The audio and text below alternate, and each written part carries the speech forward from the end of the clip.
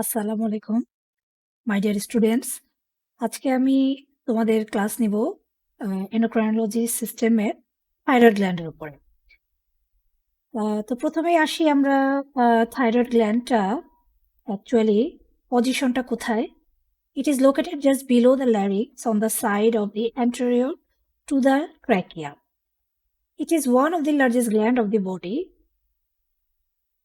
weight about 15 to 20 grams in the adults.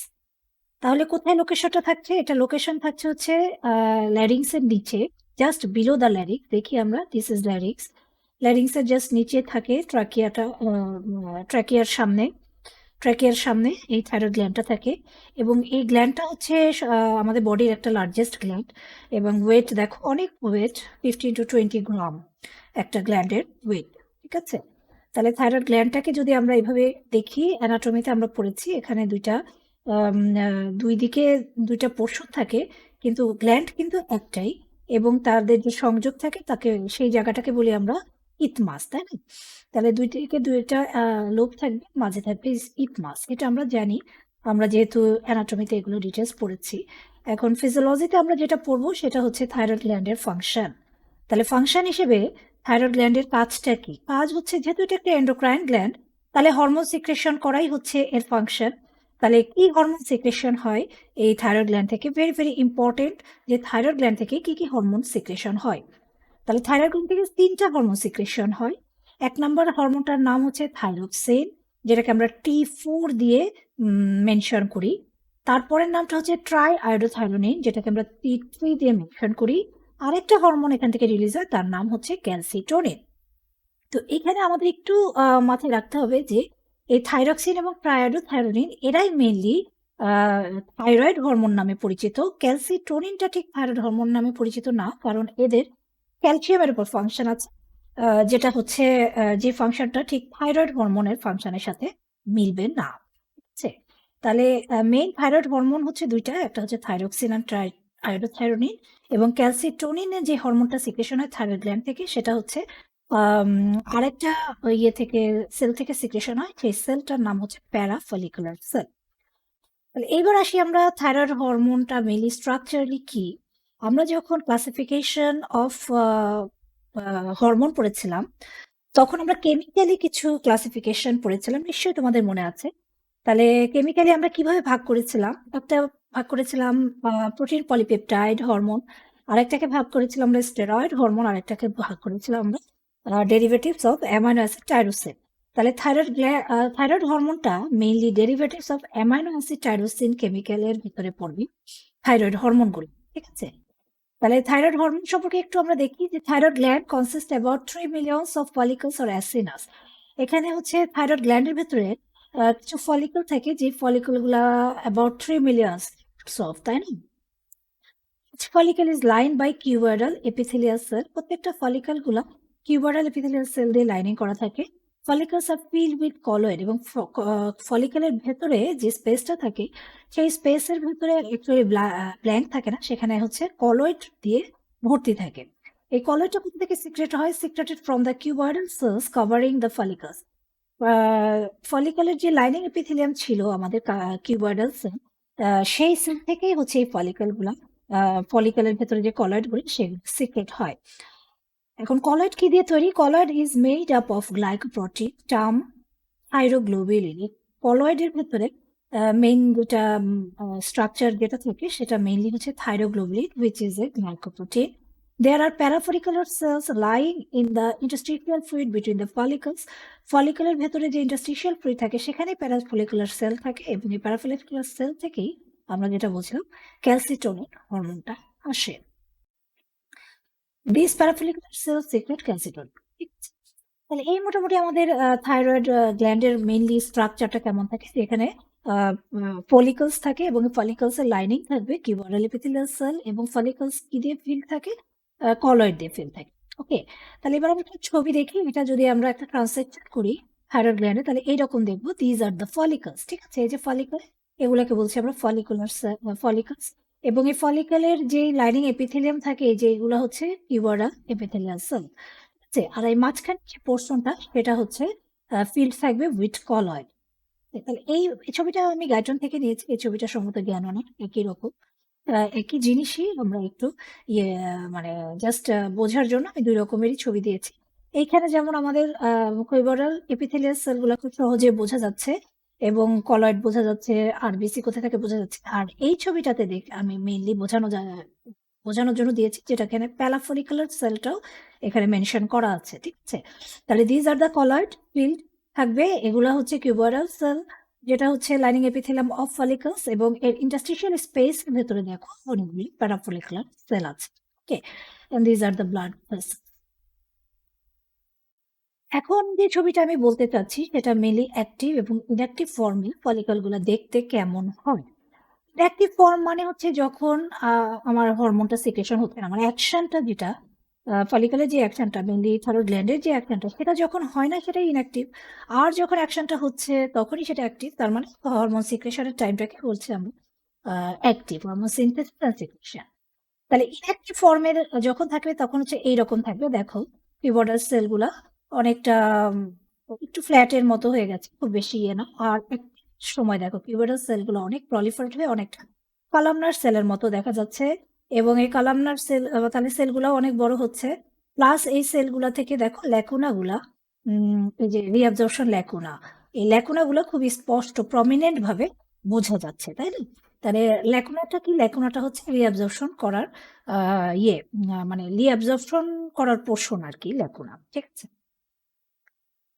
এইবার আসছি যে থাইরয়েড হরমোন সিনথেসিস এর জন্য কি, কি জিনিস লাগে? র ম্যাটেরিয়ালসটা মেইনলি কি? সো থাইরয়েড হরমোনের র ম্যাটেরিয়ালস ইজ দ্য আয়োডিন। ঠিক আছে? আয়োডিনের নাম আমরা সবাই শুনেছি, এটা একটা মিনারেলস। তাহলে আয়োডিন ছাড়া মেইনলি থাইরয়েড হরমোন সিনথেসিস সম্ভব না এবং এর সাথে আরেকটা যেটা র ম্যাটেরিয়ালস আমাদের প্রয়োজন তার নাম হচ্ছে টাইরোসিন। সো আয়োডিন এবং টাইরোসিন এই ২ টা হচ্ছে আমাদের র ম্যাটেরিয়ালস। তাহলে আয়োডিন ডেইলি রিকোয়ারমেন্ট কতটুকু আয়োডিন আমাদের প্রতিদিন লাগবে সেটা যদি আমরা ডে হিসেবে বলি তাহলে 140 মাইক্রোগ্রাম পার ডে অথবা 1 মিলিগ্রাম পার উইক। ১ সপ্তাহে 1 মিলিগ্রাম লাগবে অথবা 50 মিলিগ্রাম লাগবে প্রতি বছরে। তার মানে পরিমাণ খুব বেশি না আয়োডিনের, যেটা আমাদের daily need. But it is very important for synthesis of thyroid hormone. তাহলে আমাদের ডেইলি রিকোয়ারমেন্ট কিন্তু পরীক্ষায় ধরা হয়। যেকোনো একটা বললেই হবে, ডেইলি অথবা উইকলি, যেটা ইচ্ছা যেটা মনে থাকে আমাদেরকে আমাদের একটা জানলেই হবে। তাহলে আমি আবারও বলে দিচ্ছি রিকোয়ারমেন্ট অফ আয়োডিন কিরকম? 140 মাইক্রোগ্রাম পার ডে অথবা 1 মিলিগ্রাম পার উইক অথবা 50 মিলিগ্রাম পার ইয়ার। যেটা মনে থাকে সেটাই আমরা বলবো। এখন এই যে আয়োডিনটা আমাদের শরীরের জন্য প্রয়োজন, তাহলে আয়োডিনটা আমরা কোথায় পাবো? What are the sources of iodine? Sources of iodine is the mainly হচ্ছে natural sources is the sea fish. তার মানে সামুদ্রিক মাছ ভিতরে মেইনলি থাকে আমাদের আয়োডিনটা। এছাড়া যে লবণটা আমরা খাই অনেক লবণই দেখবা যে আয়োডাইড সল্ট লেখা থাকে, তার মানে সেই লবণের ভেতরে আয়োডিনটা মিক্সিং করা থাকে। তাহলে এই আয়োডাইড সল্ট থেকেও আমরা আয়োডিনটা পেতে পারি। তবে সবচাইতে ন্যাচারাল সোর্স যেটা সেটা হচ্ছে সি ফিশ। তার মানে সামুদ্রিক, শুধুমাত্র ফিশ না, আমরা সামুদ্রিক যেকোনো যেকোনো কিছুতেই ধরো মাছ ছাড়াও অনেক কিছু আমাদের সমুদ্র থেকে পাওয়া যায়, সেগুলা খাওয়া যায়, যেগুলা হচ্ছে হয়তো বাইরের দেশে খায়, আমরা অতটা ইউজ টু না। সি স্কুইড আছে, তারপরে হচ্ছে মাছ ছাড়াও আরো কিছু প্রাণী আছে যেগুলা আমাদের ফরেনাররা অনেক সময় অনেকেই অনেক দেশ খাবার হিসেবে ইউজ করে এবং ফুড ভ্যালু অনেক। তাহলে সেইগুলাও হচ্ছে আমাদের আয়োডিনের সোর্স। আমরা যদি ছবিতে একটু দেখাতে চাই যে মেইনলি কিসে, তাহলে কিছু ভেজিটেবলেও আয়োডিনের সোর্স আছে, যেখানে আমরা দেখছি যে স্পিনাচ, তার মানে হচ্ছে কি পালং শাক, ব্রোকলি, তাই না? তাহলে এই জিনিসগুলো আমাদের দেশে অ্যাভেলেবল। তাহলে এগুলাতে পাওয়া যাবে। আবার এই যে নারকেলের দুধ, ঠিক আছে? তাহলে এগুলা, আর এই ছবিটাতে মেইনলি আমাদের সি ফুড গুলাই দেখানো হচ্ছে। এইখানে দেখো একটা চিংড়ি মাছ দেখানো হচ্ছে, এগুলা হচ্ছে সামুদ্রিক মাছ। এই যে দেখো মাছ ছাড়াও শামুক, ঝিনুক, তাই না?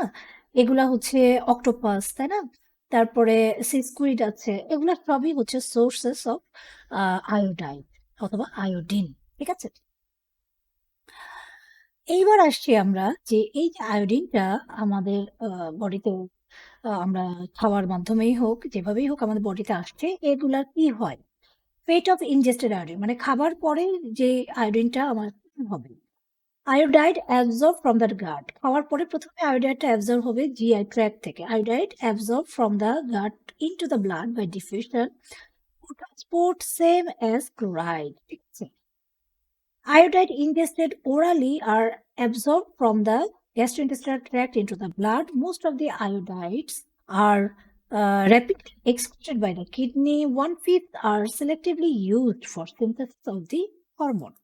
তাহলে এখানে আমরা কি বোঝাতে চাচ্ছি যে এই আয়োডিনটা আমাদের খাওয়ার পরে আমাদের মেইনলি কিভাবে অ্যাবজর্পশন হয় সেটা বোঝানোর জন্য সেটা জানার জন্য আমরা একটু এখানে আলোচনা করেছি যে আমরা খাওয়ার পরে এটা অ্যাবজর্পশন হয় মেইনলি ডিফিউশন অথবা কো ট্রান্সপোর্টের মাধ্যমে কোন কো ট্রান্সপোর্ট আয়োডাইড ক্লোরাইড কো ট্রান্সপোর্টের মাধ্যমে ঠিক আছে তারপরে ব্লাডে চলে যাবে যাওয়ার পরে আমরা যতটুকু পরিমাণ হচ্ছে আয়োডিনটা বডি ইনজেকশন করে তার হচ্ছে অল্প পরিমাণই হচ্ছে আমাদের আয়োডিন থাইরয়েড হরমোন সিনথেসিসে লাগে যেমন 1/5 ঠিক আছে 1/5 পরিমাণ হচ্ছে সিনথেসিসের জন্য ইউজ হয় আয়োডিন বাকিটা আমাদের কিডনি দিয়ে এক্সক্রিশন হয়ে যায় তো এই মোটামুটি ফেট অফ ইনজেস্টেড আয়োডিনের ইয়ে এইবার আসছি আমরা ভেরি ভেরি ইম্পর্টেন্ট যে আমাদের থাইরয়েড হরমোনের চ্যাপ্টারে সেটা হচ্ছে থাইরয়েড হরমোন সিনথেসিস কিভাবে হয় কে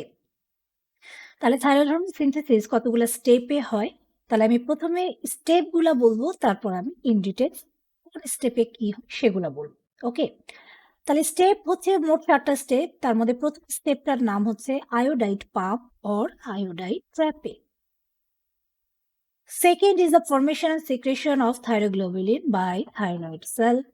Third is the oxidation of iodide ion. 4 is the iodination or organification of thyrosid and formation of thyroid hormone. Number 5 is the coupling reaction. Number 6 storage and number 7 secretion or release. তাহলে এই 7টা স্টেপে আমাদের thyroid হরমোনের synthesis এবং secretion হবে তাহলে প্রথম যেই স্টেপটা তার নাম হচ্ছে আয়োডাইড পাম্প অথবা এটাকে আমরা বলছি আয়োডাইড ট্র্যাপিং ট্র্যাপিং মিনস হচ্ছে ফাঁদ ট্র্যাপ মানে হচ্ছে ফাঁদ অথবা হচ্ছে মানে ফাঁদের ভেতরে আটকায় ফেলা তাহলে কাকে ট্র্যাপ করছি আমরা কাকে ফাঁদে ফেলছি আমরা আয়োডিনকে ফাঁদে ফেলে আটকিয়ে দিচ্ছি ঠিক আছে অথবা আয়োডাইড পাম্প দেখি তাহলে আয়োডাইড পাম্পে এখন কি হয় the basal thyroid cell contain iodide pump যেটার নাম হচ্ছে সোডিয়াম আয়োডাইড ট্রান্সিনপোর্টার ঠিক আছে sodium iodide symporter which transport two sodium and iodine into the cell against the electrochemical gradient for the iodine by the help of thyroid stimulating hormone.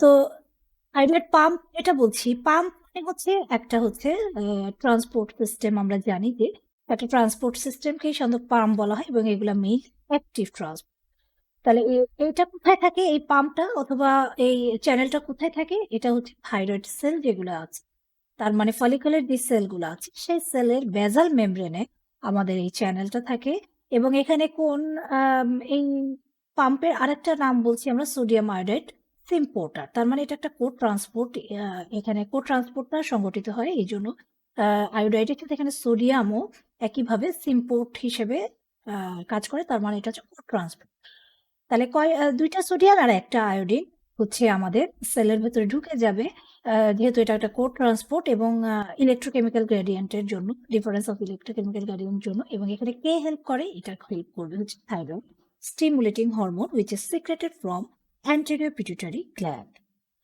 The process is secondary active transport. Energy comes from the sodium potassium ATPase pump. তাহলে এটা যেহেতু একটা secondary active transport তাহলে আমরা যখন active transport পড়েছিলাম তখন আমরা পড়েছিলাম যে দুই রকমের অ্যাক্টিভ ট্রান্সপোর্ট থাকে একটা প্রাইমারি একটা সেকেন্ডারি তাহলে প্রাইমারি যেটা সেটার জন্য যে এনার্জি লাগে সেই এনার্জিটা ওই প্রাইমারি ট্রান্সপোর্টের জন্যই হাইড্রোলাইজ হয়ে অ্যাকশন করবে but in case of secondary active transport তখন আমরা বলেছিলাম যে এই সেকেন্ডারি অ্যাক্টিভ ট্রান্সপোর্টে যে এনার্জিটা ইউজ হয় সেটা মেইনলি প্রাইমারি অ্যাক্টিভ ট্রান্সপোর্টের জন্য যে হাইড্রোলাইজ হয় এনার্জিটা তৈরি হয় সেটাই ইউজ করে। তাহলে এখানে যেহেতু এটা একটা সোডিয়াম আয়োডাইড সিনপোর্ট আর একটা কোড ট্রান্সপোর্ট, এর জন্য কোথা থেকে আমাদের এনার্জিটা আসছে? এনার্জি আসছে সোডিয়াম, পটাশিয়াম, এটিপিএস পাম্প থেকে।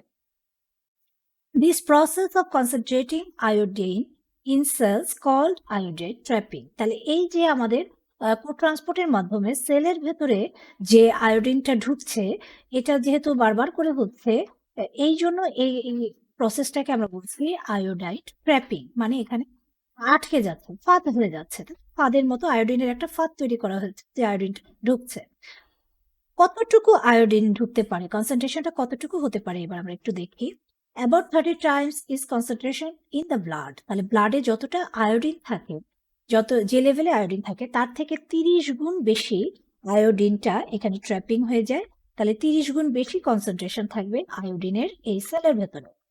Iodide is transported out of the cell across the apical membrane into the follicle by a chloride iodide ion counter transporter. তাহলে এই আয়োডিনটা যে ঢুকলো, ট্র্যাপিং হলো, এই আয়োডিনটা তারপরে সেল থেকে কোথায় চলে যাচ্ছে? সেল থেকে চলে যাচ্ছে ফলিকেলের ভেতরে, ঠিক আছে? তাহলে যে ফলিকেলের ভেতরে যে চলে যাচ্ছে, ফলিকেলের ভেতরে যে চলে যাচ্ছে, এখানে একটা হচ্ছে সেকেন্ডারি অ্যাক্টিভ ট্রান্সপোর্টের মাধ্যমে, এবং সেটা হচ্ছে কাউন্টার ট্রান্সপোর্ট, যেটা ক্লোরিন এবং ক্লোরিন আয়োডিন ট্রান্সপোর্ট সিস্টেমের মাধ্যমে, কাউন্টার ট্রান্সপোর্ট সিস্টেমের মাধ্যমে এটা হচ্ছে ফলিকেলের ভেতরে চলে যাচ্ছে সেল থেকে। তাহলে এই গেল মোটামুটি আমাদের আয়োডাইড পাম্প অথবা আয়োডিন ট্র্যাপিং।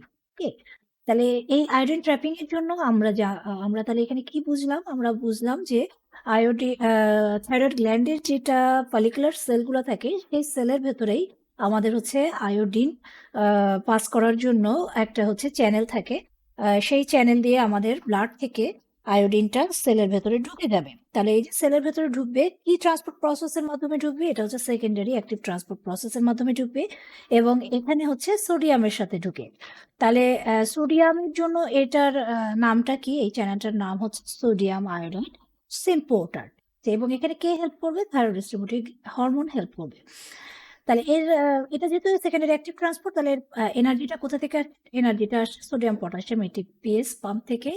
এবং কতখানি কনসেন্ট্রেশন বৃদ্ধি করতে পারে? অ্যাবাউট 30 টাইমস ফ্রম ব্লাডের থেকে 30 গুণ বেশি এখানে আয়োডিনের কনসেন্ট্রেশন হতে পারে। ম্যাক্সিমাম দেখো হতে পারে 250। তাহলে এতগুলা হচ্ছে আয়োডিন আমাদের সেলের ভেতরে ঢুকতে পারে। তাহলে সেলের ভেতরে আয়োডিন ঢুকে কি সেলেই থাকবে? না, সেল থেকে এটা আবার কলয়েডের ভেতরে চলে যাবে, এবং এখানে হচ্ছে কাউন্টার ট্রান্সপোর্টের মাধ্যমে চলে যাবে। ওকে, এর নেক্সট স্টেপটা যেটা ছিল সেটা হচ্ছে ফর্মেশন অ্যান্ড সিক্রেশন অফ থাইরোগ্লোবিলিন। তাহলে থাইরোগ্লোবিলিনটা কি জিনিস? থাইরোগ্লোবিলিনটা হচ্ছে একটা আচ্ছা, প্রথমে হচ্ছে থাইরোগ্লোবিলিন কে সিনথেসিস করে? Thyroglobulin is synthesized in the follicular cell. Follicular সেলই থাইরোগ্লোবিলিনটা তৈরি করে। এটা plasmic reticulum and Golgi apparatus synthesize and secrete thyroglobulin. Thyroglobulin জিনিসটা কি? It is a large glycoprotein molecules, যেটা সিক্রেশন করে, সিনথেসিস করে কারা? Follicular sell. এবং ফলিকুলার সেলে কোথা থেকে কিভাবে সিক্রেশন তৈরি করবে? এরা হচ্ছে ফলিকুলার সেলে যে এন্ডোপ্লাজমিক রেটিকুলাম থাকে, সেখান থেকে এই লার্জ গ্লাইকোপ্রোটিনটা তৈরি হয়। হওয়ার পরে গলজি অ্যাপারাটাসে গিয়ে সেটা প্রসেসিং হয়ে তারপর সিক্রেশন হয়ে যাবে। কোথায় সিক্রেশন করবে? ফলিকুলের ভেতর সিক্রেশন করবে। Each molecule of thyroglobulin contain about 70 tyrosine residue that combine with iodine to form the thyroid hormone. তাহলে এই যে থাইরোগ্লোবিলিন যেটা বলছি, সেটা কি জিনিস? সেটা তো আমরা বললাম একটা লার্জ গ্লাইকোপ্রোটিন মলিকুল। তাহলে এই লার্জ গ্লাইকোপ্রোটিন মলিকুল যেটা, তারা হচ্ছে 70 টাইরোসিন রেসিডিউটা কন্টেইন করতে পারে, এবং একটা মলিকুলস। এবং এরাই কি করে? এরাই হচ্ছে কম্বাইন করবে আয়োডিনের সাথে, এই টাইরোসিনটাই কম্বাইন করবে আয়োডিনের সাথে তৈরি, এবং যার ফলে থাইরয়েড হরমোনটা তৈরি হবে। Thyroid hormone form within the thyroglobulin molecule, এবং এইভাবে থাইরয়েড হরমোনটা তৈরি হবে। ওকে, তাহলে এই গেল সেকেন্ড স্টেপ, যেটা ছিল আমাদের ফর্মেশন অ্যান্ড সিক্রেশন অফ থাইরোগ্লোবিন। ওকে, এরপরে আসছি আমরা পরের যে স্টেজটা, সেই স্টেজটার নাম হচ্ছে অক্সিডেশন অফ আয়োডাইড আয়ন। তাহলে অক্সিডেশনটা কি? অক্সিডেশন মিনস অক্সিজেন দিয়ে একটা জারণ অথবা বিজারণ হবে। The first essential step in the formation of the thyroid hormone is the conversion of the iodide ion to an oxidised form of iodine. তাহলে প্রথমে হচ্ছে আয়োডাইড আয়নটাকে আয়োডিনে তৈরি করতে হবে অক্সিডাইজ করে। Within the thyroid follicles, iodine converted to an oxidized form iodine by the enzyme peroxidase and its accompanying hydrogen peroxide, which is located in the apical membrane. তাহলে কিভাবে এই আয়োডাইডটা আমাদের আয়োডিনে তৈরি হচ্ছে? আমাদের এই আয়োডাইডটা আয়োডিনে তৈরি হওয়ার জন্য আমাদের প্রয়োজন হচ্ছে পারঅক্সিডেজ এনজাইম এবং hydrogen peroxide, which convert the iodide into iodine by oxidation. তাহলে এই আয়োডাইডটা আয়োডিনে তৈরি হবে and is capable of combining directly by the amino acid tyrosine. এবং এই যে ফর্মে আমার যে আয়োডিনটা তৈরি হচ্ছে এরা খুবই ডাইরেক্টলি এরা হচ্ছে আমাদের অ্যামাইনো অ্যাসিড টাইরোসিনের সাথে বাইন্ড করতে পারে। তাহলে এটাই গেল আমাদের অক্সিডেশন অফ আয়ন।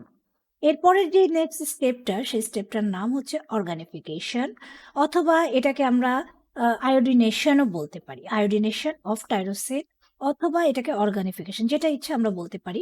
কিভাবে হয় এটা? The binding of iodine with a thyroglobulin molecule is called organification of thyroglobulin.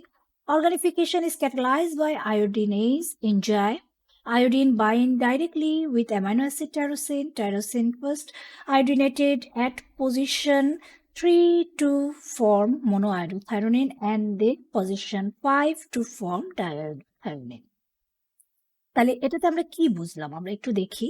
আমরা যেটা বললাম যে অর্গানিফিকেশন যেটা অথবা আয়োডিনেশন অফ টাইরোসিন, সেটা কি জিনিস? সেটা হচ্ছে আয়োডিনটা যে থাইরোগ্লোবুলিনের সাথে বাইন্ড করে এটাকেই বলছি আমরা অর্গানিফিকেশন। তাহলে কিভাবে হয় অর্গানিফিকেশনটা? আয়োডিন ডাইরেক্টলি আমাদের অ্যামাইনো অ্যাসিডের টাইরোসিনের সাথে বাইন্ড করে যায় এবং এইখানে এনজাইমটা হেল্প করে, আয়োডিনেজ এনজাইমটা হেল্প করে, এবং এই যে বাইন্ড হচ্ছে আমাদের আয়োডিনটা, এটা টাইরোসিনের বিভিন্ন লোকেশনে বাইন্ড হতে পারে। ঠিক আছে, প্রথমে টাইরোসিনের যে পজিশনটা আছে সেইখানে যে আয়োডিনটা বাইন্ড হয় তখন তাকে আমরা নামকরণ করি মোনো আয়োডোটাইরোসিন। তারপরে গিয়ে যদি 5 পজিশনে আয়োডিনটা বাইন্ড করে তাকে আমরা বলছি ডাই আয়োডোটাইরোসিন। এবার আমরা আসছি নেক্সট যে স্টেজটা, তার নাম হচ্ছে কাপলিং রিয়াকশন। তাহলে আমরা আগেই বললাম যে আমাদের মোনো আয়োডোটাইরোসিন এবং ডায়োডোটাইরোসিনটা তৈরি হয়েছিল, সেইখান থেকে আমরা আসছি আবার মোনো আয়োডোটাইরোসিন এবং ডায়োডোটাইরোসিনটা থার্ড পজিশনে যদি হচ্ছে আমাদের আয়োডিনটা বাইন্ড করে তাহলে মোনো আয়োডোটাইরোসিন, এবং 5th পজিশনে যদি আয়োডিন বাইন্ড করে তাহলে আমরা বলছিলাম ডায়োডোটাইরোসিন। তাহলে এই যে মোনো এবং ডায়োডোটাইরোসিন এরাই হচ্ছে কাপলিং রিয়াকশনটা করবে। কিভাবে করবে? দুইটা ডায়োডোটাইরোসিন molecules R coupled to form thyroxine. তাহলে দুইটা ডায়োডোটাইরোসিন মিলে আমাদের কি হচ্ছে? T4 হচ্ছে, যেটা আরেকটা নাম হচ্ছে থাইরক্সিন। এরপরে আমরা আবার দেখি একটা molecule, one mono iodotyrosine and one diiodotyrosin coupled to form triiodotyrosin. তার মানে হচ্ছে আমরা যদি করি মানে কাপলিং রিয়াকশনটা এক্সপ্লেইন করি যে এই মোনো আয়োডোটাইরোসিন এবং ডায়োডোটাইরোসিন এরা হচ্ছে কাপল তৈরি করবে, মানে দুইটা যোগ হয়ে আমাদের হচ্ছে রিয়াকশনটা করবে। তাহলে কারা কারা যোগ হতে পারে আমরা একটু দেখি। যে পারঅক্সিডেজ এনজাইম হেল্প করবে এখানে, মোনো আয়োডোটাইরোসিন এবং ডায়োডোটাইরোসিন তৈরি করবে T3, এবং ডায়োডোটাইরোসিন যদি যোগ হয় তাহলে তারা তৈরি করবে T4 অথবা থাইরক্সিন, আর T3 কে বলছি আমরা ডায়োডোথাইরোনিন। তাহলে এইভাবে করে আমাদের কি হলো? থাইরয়েড হরমোনটা তৈরি হয়ে গেল। আর তৈরি করার পরে থাইরয়েড হরমোনটা কি হবে? স্টোর হবে। তো storage of thyroglobulin. After synthesis of thyroid hormone, thyroglobulin molecule contains up to 33 molecules and few T3 molecules. In this form, thyroid hormones are stored in the follicles of 2 to 3 months. তাহলে যখনই তৈরি হলো আমার হচ্ছে thyroid হরমোনগুলো T3 T4, তাহলে যে কোনো একটা আমাদের যদি হচ্ছে একটা হচ্ছে থাইরোগ্লোবুলিনে দেখা যায় 30টা T4 তৈরি হতে পারে, আর হচ্ছে সামান্য কিছু T3 তৈরি হতে পারে। তাহলে T4টাই বেশি তৈরি হয়, যেটা থাইরক্সিন। তাহলে তৈরি হওয়ার পরে এরা সাথে, সাথেই রিলিজ হয় না। এরা হচ্ছে স্টোর থাকবে কোথায়? আমার যে ফলিকুলের ভেতরে যেখানে এরা তৈরি হয়েছিল, হরমোনগুলা যে ফলিকুলের ভেতরে তৈরি হয়েছিল, সেখানেই তারা স্টোর থাকবে এবং কতদিন পর্যন্ত স্টোর থাকতে পারে আমরা একটু দেখি। এটা হচ্ছে ২ থেকে ৩ মাস পর্যন্ত স্টোর থাকতে পারে। এরপরে আসছি আমরা সিক্রেশন অর রিলিজ। তাহলে স্টোর থাকলে তো আমাদের বডিতে কাজ করবে না। অবশ্যই এটাকে রিলিজ হতে হবে। তাহলে রিলিজ কখন হবে? যখন আমাদের বডিতে প্রয়োজন, তখনই এরা রিলিজ হবে। তাহলে দেখি আমরা রিলিজটা কিভাবে হয়? Thyroid cell uptake thyroglobulin containing T3, T4 by pinocytosis by pinocytic vesicles enter in the apex of the cell. Then lysosome fuse with the vesicles and enzyme protease digest thyroglobulin and release T3, T4 that diffuse out the cell by base of the cell surrounding capillaries and enter the blood. The remaining thyroglobulin is reused for synthesis of hormone. তাহলে এখানে কি বলা হয়েছে? যখন release হবে অথবা secretion হবে তখন কিভাবে এটা হবে? তাহলে থাইরয়েড হরমোন যখন সিক্রেশন হওয়ার প্রয়োজন, যখন আমাদের বডির নিডটা হবে তখন এই থাইরোগ্লোবুলিন যেটা হচ্ছে থাইরয়েড হরমোনটাকে ক্যারি করছিল, তাই না? থাইরয়েড হরমোনকে ক্যারি করছিল যে থাইরোগ্লোবুলিন, সেই থাইরোগ্লোবুলিনটা আমাদের কি করব? আমাদের সেলটা তাহলে আপটেক করে নিবে। মানে সেলের ভেতরে ঢুকে যাবে বাই পিনোসাইটোসিস। পিনোসাইটোসিস প্রক্রিয়ায় তারা সেলের ভেতরে ঢুকবে এবং পিনোসাইটিক ভেসিকেলের ভেতরে থাকবে। এবং এরা ঢুকবে হচ্ছে অ্যাপেক্স অফ দি সেল দিয়ে ঢুকবে। সেলের ভেতর ঢোকার পরে লাইসোজোম যে সেলের ভেতর থাকে সেই লাইসোজোমটা ফিউজ হয়ে যাবে এই ভেসিকেলের সাথে এবং লাইসোজোম যে ডাইজেস্টিভ এনজাইম থাকে প্রোটিয়েজ, সেই এনজাইম ডাইজেস্ট করে ফেলবে কাকে? থাইরোগ্লোবুলিন। আমরা জানি যে প্রোটিয়েজটা হচ্ছে প্রোটিন ব্রেকডাউন এনজাইম এবং থাইরোগ্লোবুলিনটা হচ্ছে একটা লার্জ প্রোটিন মলিকুলস, আমরা আগে পড়েছি। তাহলে এই প্রোটিন মলিকুলসটাকে ডাইজেস্টেশন করতে পারবে কে? প্রোটিয়েজ। প্রোটিনের যে এনজাইম তারা ডাইজেস্ট করে ফেলবে এই থাইরোগ্লোবুলিনকে। তাহলে রিলিজ হয়ে যাবে আমাদের T3, T4। এরা রিলিজ হয়ে ডিফিউজ হয়ে যাবে সেলের বেস দিয়ে, তারা সারাউন্ডিং ক্যাপিলারিতে চলে যাবে ডিফিউশনের মাধ্যমে। বাকি যে পোরশন ধরো বাকি আর কি থাকে? যেমন হচ্ছে মোনোআয়োডোথাইরোনিন, ডায়োডোথাইরোনিন। তাহলে এই জিনিসগুলা আবার পুনরায় ব্যবহার হবে, রিইউজ হবে। ঠিক আছে? পুনরায় ব্যবহার হবে আবার থাইরয়েড হরমোন সিক্রেশনের জন্য। তাহলে এই মোটামুটি আমাদের stage of thyroid hormone synthesis. আমরা এবার আরেকটু ছবি দেখব। আরেকটু ছবি দেখে আসি, তারপরে আমরা পরের পোরশনে যাচ্ছি। ঠিক আছে? আমরা যে ছবিটা দেখেছিলাম সেইখানে যেহেতু আমরা এখন পড়ে ফেললাম, আমরা আবার একটু ছবিটা দেখি। আমরা ১ম এ পড়েছিলাম যে থাইরয়েড পাম্পের মাধ্যমে আয়োডাইড পাম্পের মাধ্যমে আয়োডিনটা আমাদের কি হচ্ছে? সেলের ভেতর ঢুকছে। এই যে ছবিতে দেখছি আমরা আয়োডিনটা সেলের ভেতরে ঢুকছে। ঢুকে এটা হচ্ছে কোথায় চলে যাচ্ছে? এই কলয়েডের ভেতরে চলে যাচ্ছে। ঠিক আছে? কলয়েডের ভেতরে চলে যাচ্ছে এবং হচ্ছে এটা অক্সিডেশন হচ্ছে পারঅক্সিডেজ এবং হাইড্রোজেন পারঅক্সাইডের মাধ্যমে। তাহলে অক্সিডেশন হওয়ার পরে এরা হচ্ছে কলয়েডের ভেতরে থাকে। এরপরে আমাদের কি হচ্ছে? এন্ডোপ্লাজমিক রেটিকুলাম যা সেলের ভেতরে ছিল, তারা হচ্ছে থাইরোগ্লোবুলিন তৈরি করছে এবং এই থাইরোগ্লোবুলিন গলজি অ্যাপারাটাসটা তাকে প্রসেসিং করে থাইরোগ্লোবুলিনটাকে আবার কলয়েডের মধ্যে পাঠায় দিচ্ছে। তারপরে এই কলয়েডের মধ্যে যখন থাইরোগ্লোবুলিনটা আসলো, তখন সে আয়োডিনেশন হবে, অর্গানিফিকেশন হবে। হওয়ার পরে তারা কি করবে? তারা হচ্ছে মোনোআয়োডোটাইরোসিন, ডাইআয়োডোথাইরোনিন, তারপরে হচ্ছে টেট্রাআয়োডোথাইরোনিন অথবা T4 যেটা থাইরক্সিন, এই মলিকুলগুলো তৈরি করবে এবং এরা হচ্ছে বিভিন্ন পজিশনে আয়োডিনের যুক্ত হওয়ার জন্য এরকম নামকরণ করা হয়েছে। তারপরে কি হবে? এই যে আমাদের থাইরোগ্লোবুলিনটা এখানে এই হরমোনগুলাকে কন্টেইন করে এই কলয়েডের ভেতরে স্টোর থাকবে। কিন্তু যখন আমাদের প্রয়োজন হবে, তখন কি হবে? থাইরোগ্লোবুলিনটা পিনোসাইটোসিসের মাধ্যমেই দেখো সেলের যে অ্যাপিকাল পোরশন দিয়ে ঢুকে যাচ্ছে ভিতরে। ঢুকে এটা হচ্ছে ভেসিকেলের সাথে তারপর প্রোটিয়েজ এনজাইমটা যোগ হচ্ছে কিভাবে? লাইসোজোম থেকে আসছে। এই প্রোটিয়েজ এনজাইমটা আমাদের থাইরোগ্লোবুলিনটাকে ভেঙে দিচ্ছে, দিয়ে রিলিজ করে দিচ্ছে। মানে থাইরোগ্লোবুলিন থেকে আমার হচ্ছে থাইরয়েড হরমোনগুলা T3, T4 কে তারা হচ্ছে রিলিজ করে দিচ্ছে কোথায়? আমার বেজ অফ দি সেল দিয়ে বের হয়ে এরা ক্যাপিলারিতে চলে গিয়ে ব্লাডে চলে যাচ্ছে। আর বাকি যে পোরশন ছিল যে মোনোআয়োডোটাইরোসিন, ডাইআয়োডোথাইরোনিন, এগুলা হচ্ছে আমাদের মোনো এবং ডাই, এগুলা হচ্ছে আবার দেখো ডিআয়োডিনেশন হয়ে আয়োডিন হয়ে আবার তারা পুনরায় কি করবে? পুনরায় হরমোন তৈরি করতে সাহায্য করবে। So this is the process of synthesis of thyroid hormone. ঠিক আছে? তাহলে আমরা ডিটেইলস পড়লাম। তাহলে এটা খুবই ইম্পোর্টেন্ট একটা কোয়েশ্চেন। এই কোয়েশ্চেনটা খুবই আসে। এইজন্য আ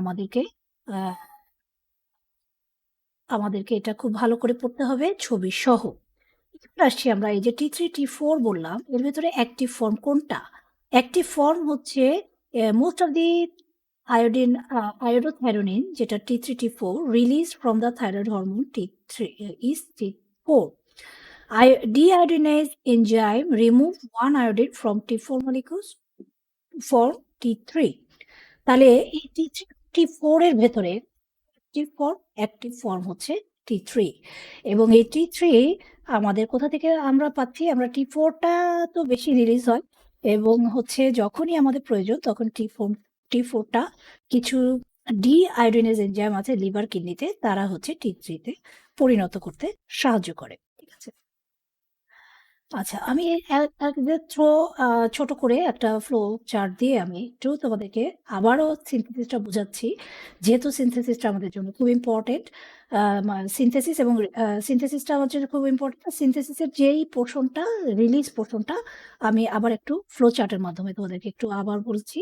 যে যখনই আমাদের প্রয়োজন হবে, তখনই apical surface of the thyroid cell sends out pseudopode extension that close a small portion of the colloid to form pinocytic vesicles which enters the thyroid cell through apex, যেটা আমরা বললাম যখনই প্রয়োজন হবে তখন পিনোসাইটোসিসের মাধ্যমে আমাদের হচ্ছে থাইরোগ্লোবুলিনটা সেলের ভেতরে ঢুকবে।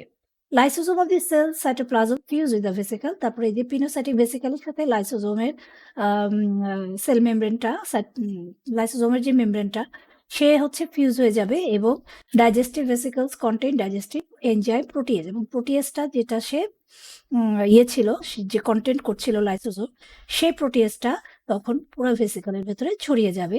Multiple protease enzyme digest thyroglobulin and release T3, T4 in free form. তাহলে যেহেতু প্রোটিয়েজটা আমাদের হচ্ছে ডাইজেস্ট করে ফেললো থাইরোগ্লোবুলিনকে এবং থাইরোগ্লোবুলিনের সাথে বাইন্ড করা ছিল T3, T4, তারা ফ্রি হয়ে যাবে এবং তারা ডিফিউশনের মাধ্যমে সারাউন্ডিং যে ক্যাপিলারি আছে সেই ক্যাপিলারি দিয়ে আলটিমেটলি ব্লাডের ভেতরে চলে যাবে।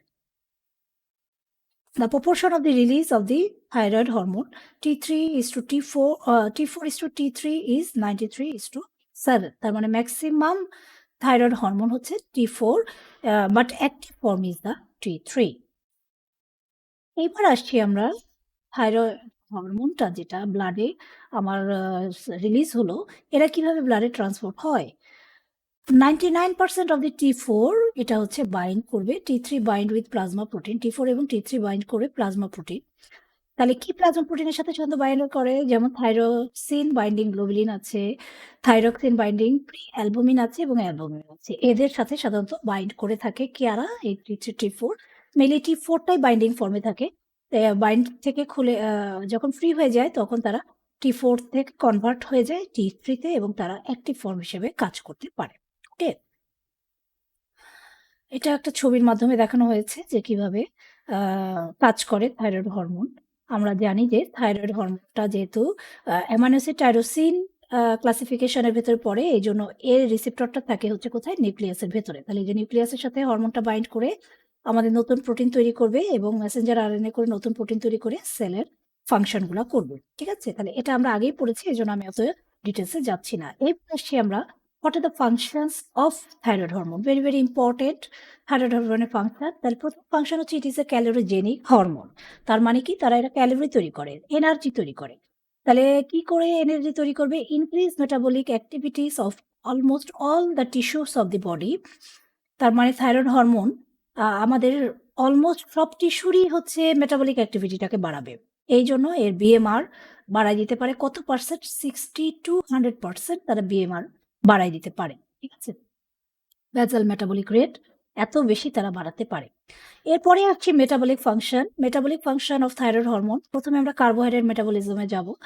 থাইরয়েড হরমোন বাড়ায় দিবে কি? The rate of absorption of glucose অথবা carbohydrate from GI tract. GI tract থেকে অ্যাবজর্পশনটা তারা বাড়াবে।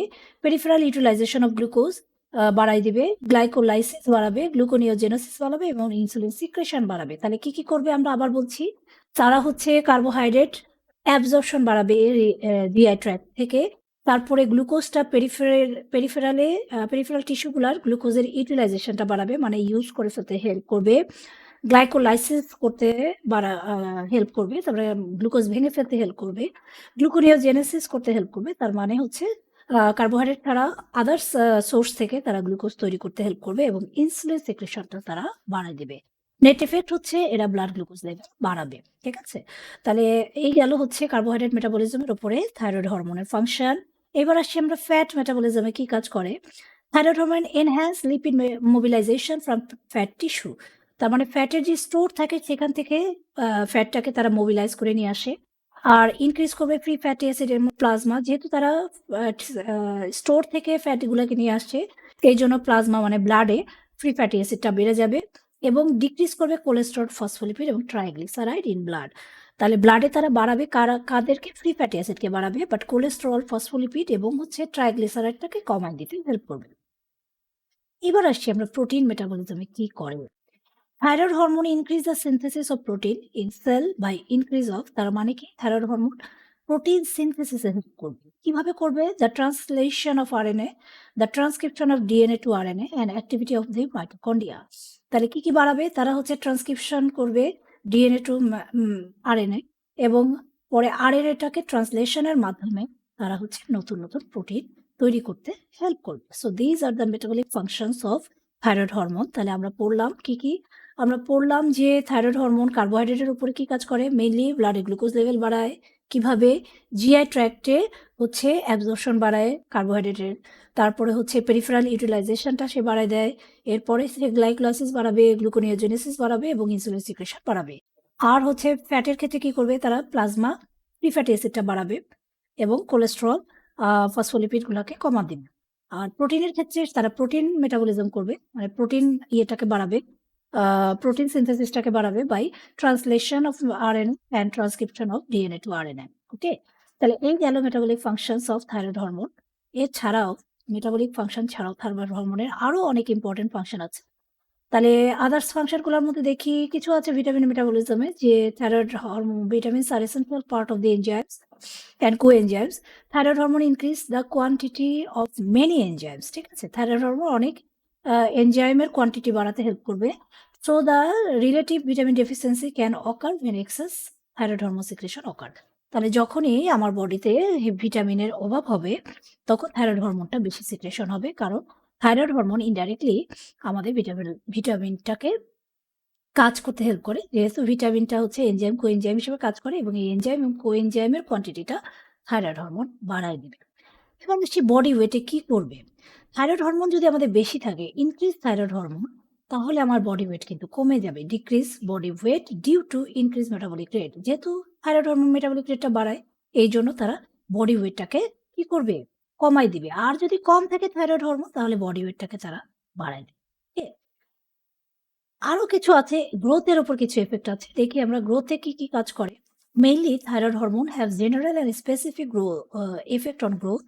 Thyroid hormone essential for skeletal maturation. ঠিক আছে? আমাদের স্কেলিটন, যে আমাদের যে স্ট্রাকচারটা তৈরি হয়েছে আমাদের গ্রোথে, স্ট্রাকচারটার যে গ্রোথ হয়েছে তার ম্যাচুরেশনে থাইরয়েড হরমোন মেইনলি হেল্প করবে। It potentiate the effect of growth hormone and insulin growth factor. ঠিক আছে? তাহলে এরা গ্রোথ হরমোন এবং ইনসুলিন গ্রোথ ফ্যাক্টরের সাথে কাজ করে, একসাথে কাজ করে তারা হচ্ছে গ্রোথের ভেতরে ম্যাচুরেশনটা করতে হেল্প করবে। তাহলে গ্রোথ কোথায় করবে? ফিজিক্যাল, সেক্সুয়াল, মেন্টাল, ৩ জায়গাতেই তারা কাজ করবে। ফিজিক্যালের ভেতরে স্কেলেটাল, মাসকুলার, ভিসারাল, এগুলাতে তারা কাজ করবে। ওকে? এবার আসছি কার্ডিওভাস্কুলার সিস্টেমে কি কাজ করে। Very important. Thyroid hormone cardiovascular সিস্টেমের উপর কি কাজ করে দেখি। কি কাজ করে? It increase blood flow and cardiac output, increase heart rate, increase heart strength and mean artery pressure mainly normal. তাহলে যেটা নরমাল আছে সেটা আর বলার প্রয়োজন নাই। এই তিনটাই আমরা বলবো যে তারা কি করছে? Increase blood flow and cardiac output, increase করবে হার্ট রেট অ্যান্ড ইনক্রিজ করবে কার্ডিয়াক স্ট্রেংথ। কার্ডিয়াক স্ট্রেংথ মানে হচ্ছে ফোর্স অফ কন্ট্রাকশন। তাহলে ব্লাড ফ্লো বাড়াবে, কার্ডিয়াক আউটপুট বাড়াবে, হার্ট রেট বাড়াবে, আর হচ্ছে ফোর্স অফ কন্ট্রাকশন বাড়াবে। Very important effect on cardiovascular system of thyroid hormone. Effect on respiration. Thyroid hormone increase the rate and depth of the respiration. এরা হচ্ছে রেসপিরেশনের rate এবং ডেপথটাকে বাড়ায় দিতে হেল্প করবে। এফেক্ট অন জিআইটি, জিআই ট্র্যাক্টে তারা কি করে? থাইরয়েড হরমোন ইনক্রিজ করবে অ্যাপেটাইট, মানে কি খাওয়ার ইচ্ছাটাকে বাড়ায় দেবে, and food uptake, increase secretion of digestive juice and GIT motility. আর hyper secretion causes diarrhoea and hyposecretion causes constipation. এরপরে আসছি effect on central nervous system, very very important. What are the function of thyroid hormone in central nervous system? Thyroid hormone is essential for growth and development of the brain during fetal life and first few years of the postnatal life. Increase rapidity of cerebration. তাহলে কি করতে help করে? Central nervous সিস্টেমের growth এবং development যেটা হয় আমাদের central nervous সিস্টেমে ফিটাল লাইফ এবং জন্মের পরে কিছু 2-1 বছর যে আমাদের নার্ভাস সিস্টেম ডেভেলপমেন্ট হয়, সেইখানে আমাদের থাইরয়েড হরমোন হচ্ছে এসেনশিয়াল, অবশ্যই দরকার। এছাড়া এই ম্যাচুরেশনটা হবে না। এবার আসছি আমরা ইফেক্ট অন স্লিপ। স্লিপে কি করবে? Excess thyroid hormone causes excessive stimulation of muscle and central nervous system, so it is difficult to sleep due to excitation effect of thyroid hormone on synapse. তাহলে যদি থাইরয়েড হরমোনটা বেড়ে যায় তাহলে আমাদের ঘুমের একটু সমস্যা হবে, কিন্তু থাইরয়েড হরমোন যদি কমে যায় তাহলে কিন্তু আমাদের সবসময় একটা ঘুম ঘুম ভাব থাকবে, যেটাকে আমরা বলছি drowsiness. Okay. Effect on skeletal muscle. Slight increase of thyroid hormone, muscle react with vigor. More increased thyroid hormone, muscle weakened, and lack of thyroid hormone, muscle become sluggish. তার মানে কি? যে স্কেলিটাল মাসেলে যদি কি এফেক্ট করবে? যদি thyroid হরমোনটা বাড়ে তাহলে মাসেলগুলা কিন্তু অনেক বেশি রিঅ্যাকশন করবে। কিন্তু অনেক বেশি যদি থাইরয়েড হরমোন বেড়ে যায় তাহলে মাসেলগুলা রিঅ্যাকশন করতে, করতে আল্টিমেটলি উইক হয়ে যাবে। আর যদি কম থাইরয়েড হরমোন সিক্রেশন হয় তাহলে মাসেলগুলো কি হবে? স্লাগিশ হবে, আস্তে আস্তে সে কাজ করবে। মাসেল ট্রিমরের ক্ষেত্রে কি হবে? Hyperthyroidism is presented with fine tremor caused by increased reactivity of the neuronal synapse with the areas of the spinal cord that control the muscle tone. তাহলে হাইপার সিক্রেশন অফ যদি থাইরয়েড হরমোন হয় তারা কি করবে? আমাদের fine ট্রিমর করবে। কিরকম করে ফাইন ট্রিমর? ট্রিমর মিন্স হচ্ছে involuntary movement of skeletal muscle, ঠিক আছে? তাহলে যদি আমার ফাইন ট্রিমর কাকে বলি? আমরা হচ্ছে হাতটা আস্তে আস্তে এরকম করে নড়বে, এটাকে বলি আমরা ফাইন ট্রিমর। আর যদি অনেক বেশি বেশি এভাবে নড়ে তাহলে এটা হচ্ছে কোর্স ট্রিমর, ঠিক আছে? তাহলে হাইপারথাইরয়েডিজমে আমাদের ট্রিমরটা কেমন হবে? ফাইন ট্রিমর হবে। আমরা সাধারণত পেশেন্টকে বলি এরকম করে হাত এরকম করো, তাহলে ফাইন ট্রিমর দেখা যায়, চোখে দেখা যায় না, তখন আমরা এই হাতের উপর একটা কি করি? কাগজ দিয়ে দিই। তাহলে কাগজটা দেখা যাবে যে একটু একটু করে নড়ছে, তখন আমরা বুঝবো যে হ্যাঁ, পেশেন্টের ফাইন ট্রিমর আছে। তাহলে এইটা হচ্ছে আমাদের থাইরয়েড হরমোন হাইপার সিক্রেশনের জন্য হতে পারে। Okay. Other effect on endocrine gland, increase activity in almost all gland, সব গ্ল্যান্ডেরই অ্যাক্টিভিটিটা বাড়াবে। সেক্সুয়াল ফাংশনের ক্ষেত্রে কি করবে? Thyroid hormone secretion needs to be normal for maintenance of normal sexual function.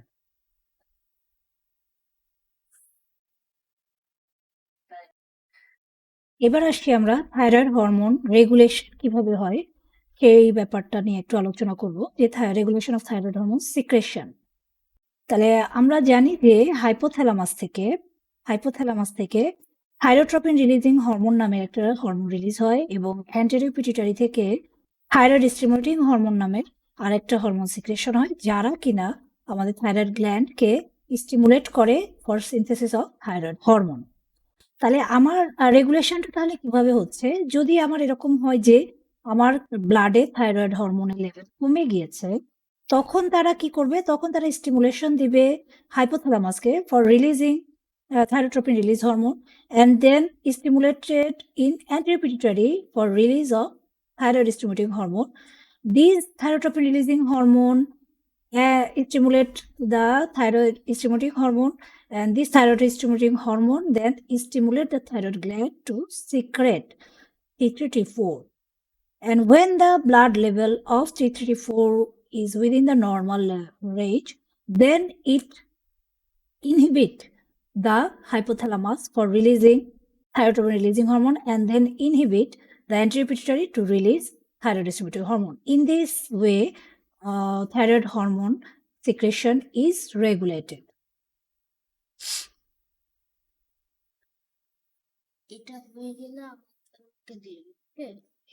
তাহলে এই ছবিটাতে আমরা যেটা বললাম এটাই আমি একটু লেখার আকারে বলছি।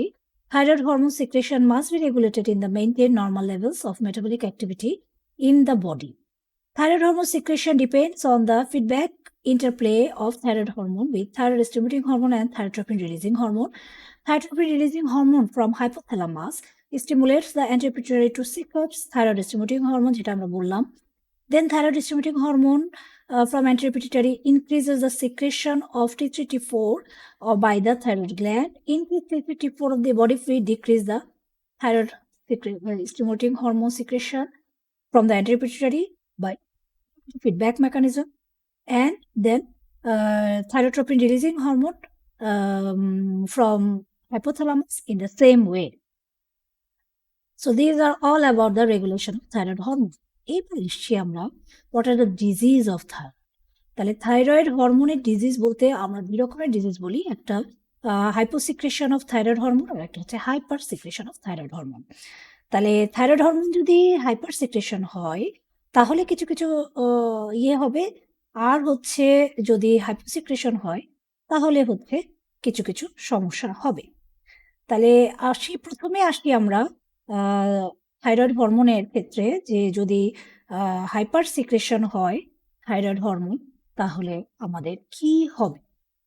তাহলে আমরা প্রথমে আসছি যে হাইপার সিক্রেশন হলে মেইনলি কি হবে সেটাতে। আমি এখানে একটু কারেকশন করছি, আমাদের যে হাসিমেট্রিক থাইরয়েডাইটিসটা আমাদের হাইপারে হয়ে গেছে, এটা অ্যাকচুয়ালি হাইপো হবে, ওটা একটু কারেকশন করে দিলাম আমি। তাহলে আসি আমরা প্রথমে যে হাইপার সিক্রেশনের কি কি ডিজিজ আছে। মেইনলি হচ্ছে টক্সিক গয়টার, হাইপার সিক্রেশনে টক্সিক গয়টার হতে পারে। তারপরে হচ্ছে আমার আরো হতে পারে যে থাইরোটক্সিকোসিস হতে পারে এবং গ্রেভস ডিজিজ হতে পারে। ওকে, তাহলে এই হচ্ছে হাইপার সিক্রেশনে আমার থাইরয়েড হরমোনে যে হাইপার সিক্রেশন হলে কি কি ডিজিজ হবে। তার মানে থাইরয়েড হরমোনের লেভেল যদি বেশি থাকে তাহলে এগুলো হবে। আর হাইপোসিক্রেশনে যেটা নাম বলছি আমরা হাইপোথাইরয়েড, এটাতে মেইনলি কি কি হতে পারে, এন্ডেমিক কলেডো গয়টার হতে পারে, ইডিওপ্যাথিক নন টক্সিক কলেডো গয়টার হতে পারে, হাসিমোতো থাইরয়েডাইটিস হতে পারে, মেক্সিডিমা হতে পারে ইন অ্যাডাল্টস, অ্যান্ড ক্রিটিনিজম হবে ইন চিলড্রেন। ঠিক আছে, তাহলে এই ডিজিজগুলা আমাদের হাইপার সিক্রেশন এবং হাইপোসিক্রেশনের জন্য হবে। তাহলে হাইপার সিক্রেশন যদি হয় সেটাকে আমরা বলি হাইপার থাইরয়েডিজম, আর যদি হাইপোসিক্রেশন হয় থাইরয়েড হরমোন সেটাকে বলি আমরা হাইপোথাইরয়েডিজম। এইবার আসি আমরা এই হাইপার অথবা হাইপোথাইরয়েডিজম হলে মেইনলি কি কি সিমটম হয়। তাহলে প্রথমে আসছি আমরা হাইপার থাইরয়েডিজমে কি সিমটম হবে। এখানে হবে হাই স্টেট অফ এক্সাইটেবিলিটি, এক্সাইটেশনটা বেশি থাকবে, নার্ভাসনেস, ইরিটেবিলিটি, টলারেন্স টু হিটের ইনটলারেন্স হবে। তার মানে কি হিট, গরমটা সহ্য করতে পারবে না, হিট ইনটলারেন্স হবে। ইনক্রিজ সোয়েটিং, বেশি বেশি ঘাম হবে। Mild to extreme weight loss হবে, ঠিক আছে, অনেক বডির ওয়েট লস হবে। ডায়রিয়া হতে পারে, মাসেল উইকনেস হবে, নার্ভাসনেস হবে, এক্সট্রিম ফ্যাটিক হবে, ট্রিমোর হতে পারে, যেটা আমরা আগে বলেছি ফাইন ট্রিমোর হতে পারে, বালজিং অফ আইস হতে পারে। ঠিক আছে, আই বালজিং মানে হচ্ছে মানে প্রোট্রুশন, যেটা আই বলটা আমার হচ্ছে প্রোট্রুট করবে সামনের দিকে। তাহলে এই সব সিমটমগুলো হতে পারে। কোথায় হতে পারে যদি হাইপার থাইরয়েডিজম হয়। তাহলে হাইপোথাইরয়েডিজমে কি কি হতে পারে আমরা তার আগে একটু ছবিটা দেখি। এই যে এটা হচ্ছে একটা পেশেন্টের ছবি, যে পেশেন্টের হাইপার থাইরয়েডিজম আছে। তাহলে দেখতে কেমন দেখি আমরা একটু হচ্ছে ছবি দেখে তো বোঝা যাচ্ছে না, পেশেন্টের একটু এক্সাইটেশনটা বেশি থাকে। চোখ দেখে বোঝা যাচ্ছে, দেখো চোখের আইবলটা মনে হচ্ছে কি বের হয়ে আসছে, প্রোট্রুশন অফ আইবল, এই যেখানে লেখা আছে প্রোট্রুশন অফ আইবল, এই কন্ডিশনটাকে আমরা বলি হচ্ছে এক্সোপথালমাস। তাহলে হচ্ছে আমার যদি হাইপার থাইরয়েডিজম হয় তাহলে হচ্ছে এক্সোপথালমাস হবে। এটা একটা হচ্ছে কমন সাইন হাইপার থাইরয়েডিজমে। ঠিক আছে, তাহলে এক্সোপথালমাসটা আমরা একটু দেখলাম। এখানে পেশেন্টটা দেখো একটু লিল্যান্থিন থাকবে, এছাড়াও ইরিটেবিলিটি থাকবে, তারপরে হচ্ছে নার্ভাসনেস থাকবে, এছাড়া হচ্ছে আমাদের আর কি কি বলেছি আমরা, হিট ইনটলারেন্স, সোয়েটিং বেশি, এগুলা জিনিস হবে। ওকে, এবার আসছি আমরা হাইপোথাইরয়েডিজমে কি কি হতে পারে। ফ্যাটিক হয়ে যাবে, পেশেন্ট হচ্ছে ফ্যাটিক হবে, এক্সট্রিম ইনসোমনিয়া হবে, মানে হচ্ছে অনেক বেশি তারা ঘুমাবে, ঠিক আছে, অনেক বেশি সময় ধরে ঘুমাবে। এটাকে বলছি আমরা ইনসোমনেস না, সোমনোলেন্স। ইনসোমনিয়া মানে ঘুম না হওয়া, আর সোমনোলেন্স মানে বেশি ঘুম হওয়া। আছে? তাহলে somnolence হবে, যেটা হচ্ছে স্লিপ কতক্ষণ ধরে স্লিপ করবে, ঘুমাবে, তারা 12 থেকে 14 ঘন্টা ধরে ঘুমাবে। এবং ল্যাথার্জি থাকবে। ডিক্রিজ করবে metabolic rate, extreme muscular sluggishness, heart rate, cardiac output, blood volume decrease, body weight increase, constipation, mental sluggishness, decrease ability to adapt cold, এখানে হচ্ছে কোল্ড ইনটলারেন্স হবে, depress growth of hair and scaliness of skin, development of frog-like husky voice, in severe case development of edematous appearance throughout the body called megaedema. তাহলে হাইপোথাইরয়েডিজমে কি হবে? Patient fatigue, lethargy হবে, তারপরে তার মাসেলটা sluggish হয়ে যাবে, heart rate, cardiac output কমে যাবে, ঠিক আছে, বডি ওয়েটটা বাড়বে এখানে। আর কি হবে? তারা কোল্ড ইনটলারেন্স হবে, সহ্য করতে পারবে না। চামড়াগুলা কি হবে?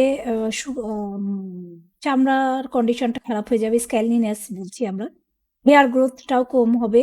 আর হচ্ছে আরেক ইম্পর্টেন্ট কথা হচ্ছে হাস্কি ভয়েস। হাস্কি ভয়েস মানে হচ্ছে একটা একটা কর্কশ শব্দ, ফ্রগ লাইক, মানে হচ্ছে ব্যাঙ যেভাবে ডাকে সেই রকম একটা শব্দ, তার ভয়েসটা চেঞ্জ হয়ে যাবে, হাস্কি ভয়েস বলে এটাকে।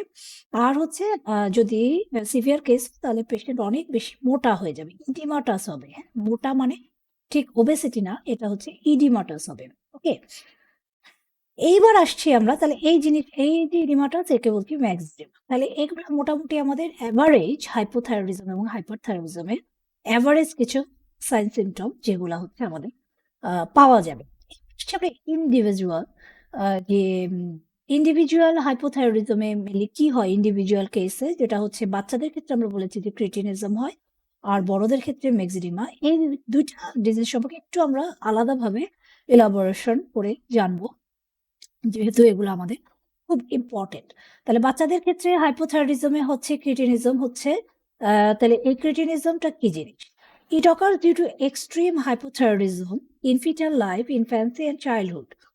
তাহলে যদি অনেক এক্সট্রিম কন্ডিশনে হাইপোথাইরয়েডিজম হয়, কখন? ফিটাল লাইফে, ইনফ্যান্সি এবং চাইল্ডহুড। ইনফ্যান্সি মানে ইনফ্যান্ট, ইনফ্যান্ট মানে হচ্ছে 0 to 1 ইয়ার্স, ঠিক আছে?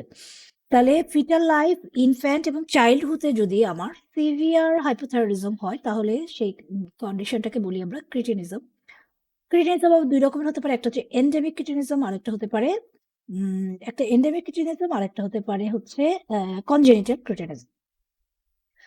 তাহলে এন্ডেমিক ক্রিটিনিজমটা মেইনলি হচ্ছে যদি আমার ইয়ে হয়, আমাদের হচ্ছে যদি আয়োডিনের অভাব থাকে, যে কোনো যে এরিয়াতে হচ্ছে আয়োডিনের অভাব বেশি, সেই এরিয়াতে সাধারণত এন্ডেমিক ক্রিটিনিজম হয়। এই এরিয়া বলতে বোঝাচ্ছি যে যেখানে হচ্ছে মাটিতে আমাদের আয়োডিনের পরিমাণ কম থাকে, সেখানে সেই মাটির ফসল থেকেও কিন্তু আয়োডিন পাওয়া যায় না। তো এই জন্য এটাকে আমরা এন্ডেমিক বলছি, যে ওই এরিয়াতে, যেই এরিয়াতে হচ্ছে আয়োডিনটা কম মাটিতে, সেই এরিয়াতে হচ্ছে আমার ক্রিটিনিজম ডেভেলপ করতে পারে, যেহেতু আয়োডিনের অভাব হচ্ছে। এছাড়া কনজেনিটাল ক্রিটিনিজম হতে পারে। তাহলে ক্রিটিনিজমের কি সাইন সিমটম, এটা আমরা আবার ডিটেলস পড়বো। একটু আমি দেখি কিভাবে mainly delayed milestone of development of a child, একটা চাইল্ডের যে ডেভেলপমেন্ট সেটার হচ্ছে ডিলেইড হবে। মাইলস্টোন মিনস হচ্ছে, মাইলস্টোনটা মানে হলো যে একটা বাচ্চা একটা নির্দিষ্ট বয়সে একটা নির্দিষ্ট কাজ করতে পারে, তাই না? যেমন যখন একটা বেবি জন্মায় তখনই কিন্তু সে বসতে পারে না, তখনই কিন্তু সে উপর হতে পারে না, কিন্তু কিছুদিন পরে, কিছুদিন বয়স হলে তখন সে আবার পারে। তাহলে এই যে একটা নির্দিষ্ট বয়সে, সাধারণত ৩ মাসে উপর হওয়া শিখে, ৬ মাসে বসা শিখে, ৯ থেকে ১২ মাসে, আ ১২ থেকে ১৪ মাসে হচ্ছে হাঁটা শিখে, ঠিক আছে? কথা বলা শিখে, ১ বছরের মধ্যে কথা বলা শিখে পুরাপুরি। তো এই জিনিসগুলা যে একেকটা টাইমে আছে। আবার দাঁত উঠে, ধরো ৬ মাসে দাঁত, দুধের দাঁত যেগুলা, সেগুলা ওঠা শুরু হয়। আবার সে দাঁত পড়া শুরু হয় হচ্ছে, দেখা যায় ৫ থেকে ৬ বছরে দাঁত পড়া শুরু হয়। তাহলে এই যে বিভিন্ন টাইমে একটা স্পেসিফিক কাজ হবে, একটা স্পেসিফিক টাইমে একটা স্পেসিফিক কাজের স্টার্ট হচ্ছে ডেভেলপমেন্টালি, এটাকে বলি আমরা হচ্ছে মাইলস্টোন। তাহলে এই মাইলস্টোনটা নরমালি যেই এজে হওয়ার কথা সেটা ডিলেইড হবে, দেরি করে হবে। ধরো ৩ মাসে তার হচ্ছে উপর হওয়ার কথা ছিল, কিন্তু ৭ মাসেও সে উপর হতে শিখলো না একটা বাচ্চা। কেন শিখলো না? এটা হচ্ছে ক্রিটিনিজমের একটা ফিচার, যে তার হচ্ছে মানে এই ইয়েটা, কি বলবো, এই ডেভেলপমেন্টটা, নার্ভাস ডেভেলপমেন্টটা সেভাবে হচ্ছে না। তাহলে সাচ অ্যাজ আমরা বলছি holding up hand, holding up head, তার মানে বাচ্চাদের যে ঘাড়টা শক্ত থাকে না, সে নিজের মাথাটা নিজে ধরতে পারে না, তাই না? এরকম করে পড়ে যায়। তাহলে এই যে ঘাড় শক্ত হওয়া, এটা হচ্ছে একটা তোমার বয়সে হবে, এটাকে আমরা মাইলস্টোনের ভেতরে নিচ্ছি। সিটিং, বসা যেটা বললাম, ডেন্টেশন বা দাঁত ওঠা, তাহলে এই জিনিসগুলোকে আমরা মাইলস্টোনের ভেতরে ফেলছি। আর কি হতে পারে? Permanent stunted growth. Stunted growth মানে শর্ট হবে, পার্মানেন্টলি সে শর্ট হবে। সো বেবি বিকামস ওবেস, বাচ্চাটা কি হবে? মোটা হয়ে যাবে। Stocky, short and mental retardation থাকবে, পট বেলি থাকবে, ঠিক আছে?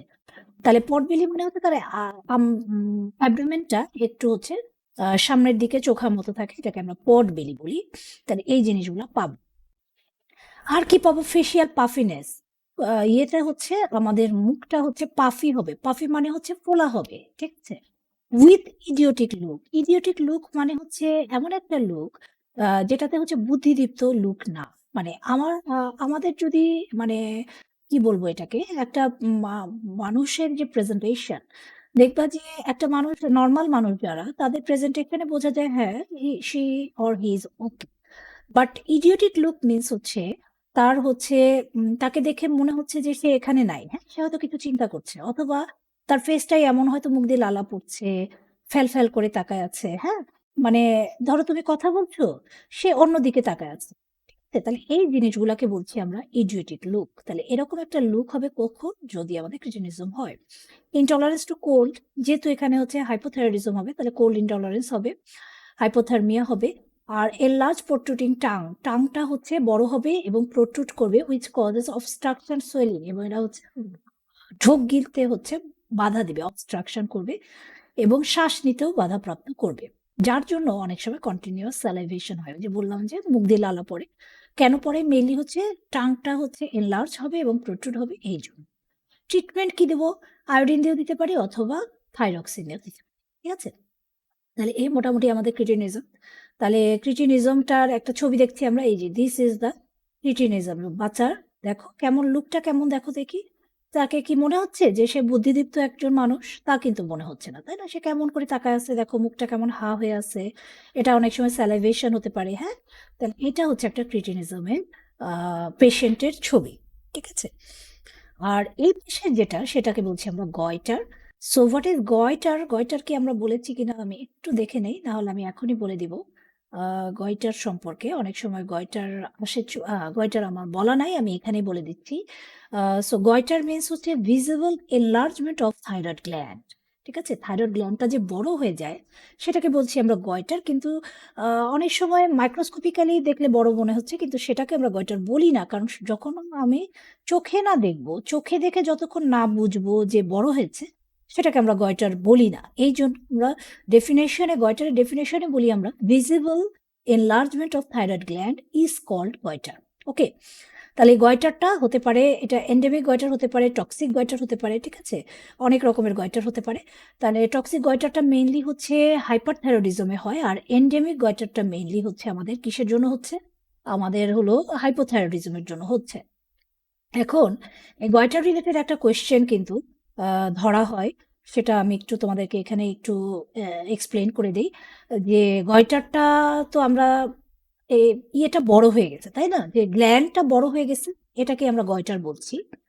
তাহলে এটা তো সাধারণত বেশি সিক্রেশন হলেই গ্ল্যান্ড বড় হওয়ার কথা, তাই না? যত বেশি কাজ, তত বেশি অ্যাকশন, তত বেশি কি আমার জিনিসটা বড় হয়। যেমন ধরো যারা এক্সারসাইজ করে, তাই না? ধরো যারা এক্সারসাইজ করে, রেগুলার জিম করে, তাদের কি হয়? তাদের মাসেলগুলো কিন্তু অনেক বেশি প্রমিনেন্ট হয়, তাই না? তাদের মাসেলগুলো অনেক বেশি প্রলিফারেট হয়। তাহলে যে যত বেশি ফাংশনিং, তার কিন্তু তত বেশি বড় হয়ে যাওয়ার কথা। তো সেই হিসেবে আমাদের যে গ্ল্যান্ডটা যে বড় হচ্ছে, এটার একটা কারণ হচ্ছে বেশি ফাংশনিং। তাহলে ফাংশন কি? থাইরয়েড গ্ল্যান্ডের ফাংশন কি? থাইরয়েড গ্ল্যান্ডের ফাংশন হচ্ছে আমাদের থাইরয়েড হরমোন তৈরি করা। তাহলে এটা বড় হয়ে গেছে, তার মানে বেশি বেশি থাইরয়েড হরমোন তৈরি করে হয়েছে, এর জন্য বড় হতে পারে। থাইরয়েড হরমোনটা বেশি সিক্রেশন হচ্ছে, তাই জন্য হচ্ছে। তাহলে যেটা আমরা হাইপার সিক্রেশনে পড়েছি কি, টক্সিক গয়টার, সেটা তাহলে হাইপার সিক্রেশন। হাইপার সিক্রেশন মানে আমার থাইরয়েড হরমোন নাই, তাহলে কেন বড় হবে? তারও গ্ল্যান্ডটা কি হবে? চুপসায় যাওয়ার কথা, তাই না? যে আমার থাইরয়েড হরমোন কম। কিন্তু আমার হাইপোসিক্রেশনেও থাইরয়েড হরমোনটা এনলার্জ হয়ে গয়টার হতে পারে, যেটাকে আমরা বলছি এন্ডেমিক গয়টার। এটার কারণ কি? এটার কারণ হচ্ছে আয়োডিন ডেফিসিয়েন্সি, যেটা আমাদের দেশে খুবই কমন। যে আমাদের আয়োডিন ডেফিসিয়েন্সি থাকার জন্য আমার কি হচ্ছে, আয়োডিনটা হচ্ছে র materials for synthesis of thyroid hormone, আমরা জানি। তাহলে যদি আয়োডিনই না থাকে, আমি যদি আয়োডিন না পাই আমার বডিতে, তাহলে কি হচ্ছে, এই গ্ল্যান্ডটা কিন্তু থাইরয়েড হরমোন তৈরি করতে পারছে না। তাহলে আমার ব্লাডে কি হচ্ছে, থাইরয়েড হরমোনের পরিমাণ কম। তাহলে থাইরয়েড হরমোনের পরিমাণ যদি কম হয়, তাহলে রেগুলেশন করার জন্য thyroid stimulating hormone, thyrotropin releasing hormone, এই হরমোনগুলো রিলিজ হবে ব্লাডে, তাই না? আমরা রেগুলেশনে পড়েছি। এরা তখন স্টিমুলেশন দিবে থাইরয়েড গ্ল্যান্ডকে টু সিক্রেট থাইরয়েড হরমোন, তাই না? কিন্তু থাইরয়েড গ্ল্যান্ডকে স্টিমুলেশন দিচ্ছে, কিন্তু থাইরয়েড হরমোন হওয়ার যে র ম্যাটেরিয়ালটা, তৈরি হওয়ার র ম্যাটেরিয়ালটা কিন্তু আমার নাই, তার মানে আয়োডিন নাই। কিন্তু কন্টিনিউয়াস হচ্ছে স্টিমুলেশন দিচ্ছে। তাহলে স্টিমুলেশন দিয়ে কি হচ্ছে, এরা এই এই হরমোনের এই গ্ল্যান্ডের সেলগুলা কি হচ্ছে, অ্যাক্টিভিটি বাড়ছে, বাট তারা কি করতে পারছে না, হরমোন তৈরি করতে পারছে না।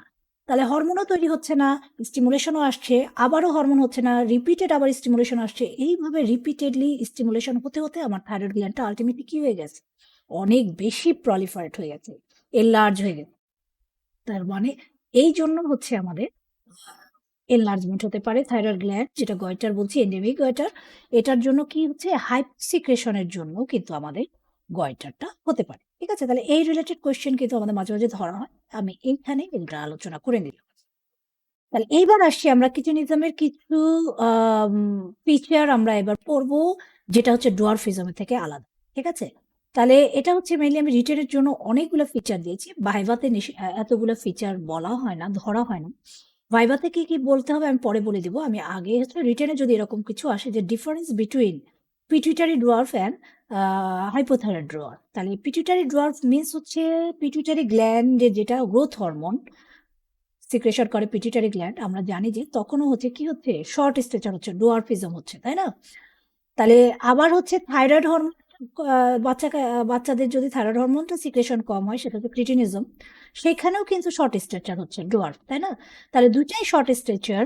তাহলে এই দুই শর্ট স্ট্যাচারে আমরা কিভাবে আলাদা করব, ঠিক আছে? সেটার হচ্ছে difference between the pituitary dwarf and hypothyroid dwarf. তাহলে আসি প্রথমে কারণ দিয়ে আমরা আলাদা করতে পারি যে এখানে গ্রোথ হরমোন কম হবে, এখানে থাইরয়েড হরমোন কম হবে, ঠিক আছে? ক্লিনিক্যাল ফিচারের ভেতরে এখানে ফেসটা কেমন হবে, ইম্যাচিউর ফেস হতে পারে, স্মল জেনিটালিয়া হতে পারে, ঠিক আছে? আর হচ্ছে গ্রোথ হচ্ছে প্রপোর্শনেট গ্রোথ হতে পারে, কিন্তু শর্ট স্ট্রেচার হবে, ঠিক আছে? আর কি হতে পারে, delayed skeletal or dental development হতে পারে। আর গ্রোথ হরমোনের লেভেল ব্লাডে কম পাবে। আর থাইরয়েডের জন্য যেটা হচ্ছে ক্রিটিনিজমে, সেখানে হচ্ছে growth retardation of mental and physical development. তাহলে গ্রোথ রিটার্ডেশন তো হবেই, আবার এখানে হচ্ছে মেন্টালেরও আমার মানে মানসিক বৃদ্ধিটা, ম্যাচুরেশনটা হবে না। ইনফ্যান্টাইল বডি প্রপোর্শন, পট বেলি পাবো, প্রোট্রুডেড টাং পাবো এখানে আমরা, ঠিক আছে? কিন্তু এখানে গ্রোথটা কিন্তু প্রপোর্শন ছিল, তাহলে এখানে হচ্ছে ডিসপ্রপোর্শনেট হয়ে গেল। Is also effect the mental growth, আমরা আগেই বলেছি, swelling of the skin, loss of hair হতে পারে, ঠিক আছে? আর কি হতে পারে, আমরা আবার আসি ক্লিনিক্যাল ফিচারের ভেতরে। এরা সেক্সুয়াল ডেভেলপমেন্টটা ডিলেড হতে পারে, অথবা নর্মালও হতে পারে। It may be also cause intellectual disability in a person. Intellectual disability মাঝে মাঝে হতে পারে, ম্যাক্সিমাম ক্ষেত্রে হয় না। বাট এইখানে দেখি আমরা, এইখানে হচ্ছে বোন ম্যাচুরেশন, পিউবার্টি সিভিয়ারলি ডিলেড হবে, though thoughts and reflex slower হবে, ওভুলেশন ইজ ইম্পেডেড অ্যান্ড ইনফার্টিলিটিটা এখানে কমন হবে, ঠিক আছে? ডায়াগনোসিসের ক্ষেত্রে it can be diagnosed based on visible symptoms of growth. গ্রোথে মানে ভিজিবল সিমটম দেখে আমরা বলবো, এক্স রে করে বলবো, অথবা জেনেটিক টেস্ট করবো। আর এখানে আমরা ডায়াগনোসিস করব সিমটম দেখে। আর হচ্ছে আমরা গয়টার দেখতে পারি। আর হচ্ছে এখানে আমরা ডায়াগনোসিস করব মেইনলি থাইরয়েড হরমোন অ্যাসেস করে, ঠিক আছে? এটা আমি লিখে দিই, এটা আমরা এরপরের স্লাইডে আমরা এটা পড়বো যে থাইরয়েড হরমোন কিন্তু অ্যাসেস করা যায়। কারেকশন করব আমরা এখানে হচ্ছে, আমরা সার্জারি করে কারেকশন করতে পারি যদি আমার টিউমার থাকে পিটুইটারি গ্ল্যান্ডে। মেডিসিন দিয়ে করতে পারি, যে আমি গ্রোথ হরমোনের বাড়ানোর মেডিসিন দিলাম। তারপরে হচ্ছে হরমোন রিপ্লেস দিতে পারি। আর এখানে ট্রিটমেন্ট করব আমরা হচ্ছে ডায়েটে আয়োডিন দিই। মেইনলি কিটোনিজমটা আমাদের আয়োডিনের অভাবেই হয়ে থাকে বাচ্চাদের ক্ষেত্রে, এই জন্য আমরা এখানে মেইনলি আয়োডিন দিয়ে ট্রিটমেন্ট দিব। অথবা আমরা থাইরয়েড হরমোনও দিতে পারি অবস্থা বুঝে। তাহলে এই গেল আমাদের difference between pituitary dwarf and হাইপোথাইরয়েডিজমের ডোয়ার্ফ। ঠিক আছে? তাহলে এতগুলা কথা পড়ছি আমরা, এই এতগুলা ডিফারেন্স আমরা মেইনলি রিটেনের জন্য বলবো, কিন্তু ভাইভাতে এতগুলা কথা বলবো না। ভাইভায় আমরা ২-৪টা কথা বলবো, ইম্পর্টেন্ট ২-৪টা কথা। একটু তোমরা লিখে নিও যে ভাইভায় আমরা প্রথমে বলবো, যদি জিজ্ঞাসা করে যে পিটুইটারি ডোয়ার্ফ এবং ক্রিটিনিজমের ২টা পেশেন্ট যদি আসে, তাহলে তুমি কিভাবে বুঝবা? তাহলে আমরা বলবো যে আমরা প্রথমে দেখে বুঝবো। কিভাবে দেখে বুঝবো? ২টাই তো শর্ট স্ট্রেচার। তাহলে কিভাবে দেখে বুঝবো? দেখে বুঝবো, লুকটা দেখে বুঝবো। ঠিক আছে? যদি গ্রোথ হরমোন ডেফিসিয়েন্সি ডোয়ার্ফিজম হয়, তাহলে তার লুকে কিন্তু আমার নরমাল লুক পাবো। ঠিক আছে? বাট ইন কেস অফ ক্রিটিনিজম আমরা কিন্তু ইডিওটিক লুক পাবো। ঠিক আছে? তাহলে লুকের একটা ডিফারেন্স পাবো। এছাড়া কি পাবো? এছাড়া হচ্ছে আইকিউ দেখে, মানে মেন্টাল রিটার্ডেশন থাকবে কোথায়? ক্রিটিনিজমে মেন্টাল রিটার্ডেশন থাকবে, আর গ্রোথ হরমোন ডেফিসিয়েন্সিতে ডোয়ার্ফিজমে কিন্তু কোনো মেন্টাল রিটার্ডেশন সাধারণত আমরা পাবো না। এছাড়াও যদি আর কিছু জিজ্ঞাসা করে, তাহলে আমরা বলবো যে হ্যাঁ, এতে হচ্ছে সেক্সুয়াল ম্যাচুরিটিটা হবে না, মাইলস্টোন ডিলে হবে কোথায়? ক্রিটিনিজমে। গ্রোথ হরমোন ডেফিসিয়েন্সিতে ডোয়ার্ফিজমে সাধারণত সেক্সুয়াল ম্যাচুরিটিতে খুব একটা সমস্যা হয় না, মাইলস্টোনেও বেশি একটা সমস্যা হয় না। তার ডায়াগনোসিস কিভাবে করব? ইনভেস্টিগেশনের মাধ্যমে। গ্রোথ হরমোন ডোয়ার্ফিজমে আমরা হচ্ছে প্রথম সব ২টাতে সাইন সিম্পটম দেখে করব। প্লাস হচ্ছে যদি আমরা ইনভেস্টিগেশন করি, তাহলে ওখানে আমরা গ্রোথ হরমোনটা কম পাবো অ্যাসেস করলে, আর এখানে থাইরয়েড হরমোন কম পাবো। আর ট্রিটমেন্ট কি করব? According to the cause. Okay? এইবার আসছি আমরা ম্যাক্সিডিমা। ম্যাক্সিডিমাটা কি জিনিস? Hypothyroidism in adult. Hypothyroidism in adult due to almost total lack of thyroid hormone function is called ম্যাক্সিডিমা। ঠিক আছে? তাহলে ম্যাক্সিডিমা আমরা কাকে বলছি? অ্যাডাল্টে যদি আমাদের হাইপোথাইরয়েডিজম হয়, তাকে আমরা ম্যাক্সিডিমা বলছি। কারণ কি? কারণ হচ্ছে removal of thyroid tissue during surgery. অপারেশনের সময় যদি আমার টোটাল থাইরয়েড টিস্যুটাই ফেলে দেয়, তাহলে হতে পারে thyroid damage by radio iodine therapy. Radio iodine therapy একটা হচ্ছে ট্রিটমেন্টের জন্য ইউজ করা হয়। সেটার জন্য আমাদের থাইরয়েড সেলগুলা দেখা যায় যে ড্যামেজ হয়ে যেতে পারে। তাহলে হবে অটোইমিউন ডিজিজ যদি হয়, আয়োডিন ডেফিসিয়েন্সি ডায়েট যদি হয়। অটোইমিউন ডিজিজ মিনস হচ্ছে, অটোইমিউন মানে হচ্ছে নিজের বিরুদ্ধে রোগ প্রতিরোধ করা। নিজের বিরুদ্ধে প্রতিরোধ ক্ষমতা। ঠিক আছে? তার মানে হচ্ছে নরমালি আমাদের ফরেন বডির বিরুদ্ধে আমাদের রোগ প্রতিরোধ হয়। আমাদের WBC গুলা ফরেন বডি, যেমন ধরো ব্যাকটেরিয়া, ভাইরাস, এগুলার বিরুদ্ধে কি তৈরি করে? একটা অস্ত্র তৈরি করে, যেটার নাম বলছি আমরা অ্যান্টিবডি। সেটা দিয়ে তাদেরকে মেরে ফেলে। কিন্তু এমন যদি কিছু কন্ডিশন হয় যে আমার নিজের সেলগুলার বিরুদ্ধেই আমার হচ্ছে অস্ত্র তৈরি হচ্ছে, অ্যান্টিবডি তৈরি হচ্ছে, তাকে বলি আমরা অটো ইমিউনি ডিজিজ। তাহলে সেরকম অটোইমিউন ডিজিজ হতে পারে যে বডি চিনছে না, তার নিজের থাইরয়েড সেলগুলাকে চিনছে না।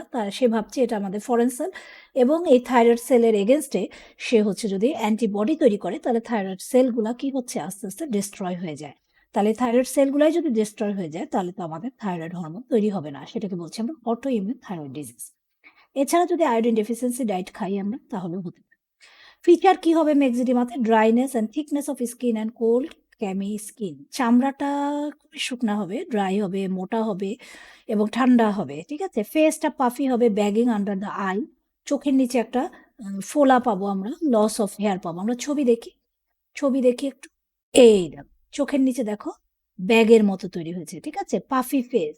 ফেসটা কেমন? অনেক ফোলা, ফোলা না? আর চোখের নিচে একটু ব্যাগ তৈরি হয়েছে। ঠিক আছে? আর কি হবে? ওয়েট গেইন হবে, ব্র্যাডিকার্ডিয়া হবে, decrease blood volume, decrease cardiac output, husky voice, যেটা বলছিলাম যে ভয়েসটা চেঞ্জ হয়ে যায়, husky voice, muscle sluggish and relax slowly after contraction. স্লিপের ক্ষেত্রে স্লিপটা বেড়ে যাবে, যেটা আমরা আগে বলেছি যে ১২ থেকে ১৪ ঘন্টা তারা ঘুমাতে পারে। আর ট্রিটমেন্টের ক্ষেত্রে আমরা কি দিব? আমরা সাধারণত থাইরক্সিন দিয়ে আমরা এখানে ট্রিটমেন্ট করি। ঠিক আছে? তাহলে এই রিলেটেড আমার একটা প্রশ্ন আমাদের ভাইভায় ধরা হয় যে, এমন একটা ডিজিজের নাম বলো যেটা আমরা পেশেন্ট না দেখে টেলিফোনে ডায়াগনোসিস করতে পারি। সেটা কি? সেটার নাম হচ্ছে ম্যাক্সিডিমা। পেশেন্টের কথা, ভয়েসটা যে তার চেঞ্জ হয়ে যায়, এটা আমরা যদি টেলিফোনে শুনি তার ভয়েসটা, তাহলেই আমরা ডায়াগনোসিস করতে পারবো যে ম্যাক্সিডিমা। আমার পেশেন্ট দেখার আগেই আমরা কি করতে পারি? আমরা এই ডিজিজটা ডায়াগনোসিস করতে পারি। কেন? হাস্কি ভয়েসের জন্য। ঠিক আছে? এটা কোন ডিজিজে হবে? এটা হচ্ছে ম্যাক্সিডিমা। এইবার আসছি আমরা thyroid function test. Thyroid function test এটা তোমরা বায়োকেমিস্ট্রিতেও পড়বা। এখানেও আমরা একটু বলে দিই যে থাইরয়েড ফাংশন ঠিক আছে কিনা আমরা কিভাবে টেস্ট করতে পারি। একটা করতে পারি measurement of total serum T3 T4 measurement করতে পারি বাই রেডিও ইমিউনোঅ্যাসে, অথবা আমরা মেজারমেন্ট করতে পারি free T3 T4 by radio iodine.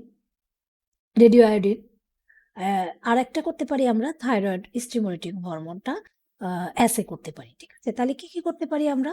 আমরা টোটাল T3 T4 করতে পারি, ফ্রি T3 T4 করতে পারি এবং থাইরয়েড স্টিমুলেটিং হরমোন মেজার করে আমরা বুঝতে পারি পেশেন্টের থাইরয়েড হরমোনটা নরমাল আছে নাকি অ্যাবনরমাল আছে, এটা কিন্তু আমরা বুঝতে পারি। ঠিক আছে? তাহলে এই মোটামুটি গেল আমাদের থাইরয়েড হরমোন রিলেটেড কথাবার্তা। আমি একটু আবার রিভিউ করে দিই আমাদের কি আমরা পড়লাম এখানে। আমরা প্রথমেই পড়লাম যে থাইরয়েড গ্ল্যান্ডটা মেইনলি কোথায় থাকে, পজিশনটা, তাই না? এটা জানলাম থাইরয়েড হরমোনগুলা কি সিক্রেশন করে, থাইরয়েড গ্ল্যান্ড কি হরমোন সিক্রেশন করে, ভেরি ইম্পর্টেন্ট, এটা আমরা জানলাম। তারপরে আমরা জানলাম যে এমনি থাইরয়েড হরমোনটা তো আমরা আগেই পড়েছি কেমিক্যালি এটা হচ্ছে mainly amino acid tyrosine derivatives hormone. But আমরা হচ্ছে স্ট্রাকচার জানলাম যে থাইরয়েড গ্ল্যান্ডে মেইনলি হচ্ছে সেলগুলা থাকে কিউবাইডাল এবং মাঝে কলয়েড থাকে, এটা আমরা জানলাম।